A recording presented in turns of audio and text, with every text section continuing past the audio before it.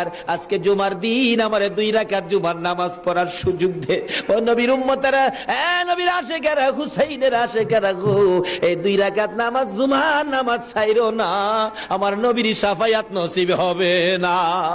রক্তে লাল হইয়া যদি হুসাইন 2 রাকাত জুমার নামাজ পড়তে পারে গো, আজকাল থেকে কথা দিতে হবে জীবনে কোনোদিন জুমার নামাজ ছাড়তে পারবা না।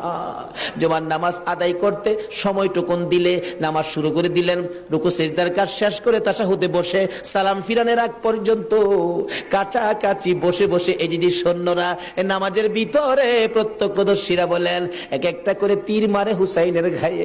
ডান দিক দিয়ে যদি তীরটা মারতো, বাম দিক দিয়ে বেরিয়ে যাইতো, সামনে দিয়া মারলে পিছন দিয়া বেরিয়ে যায়, এই কিসিমের তীর গো।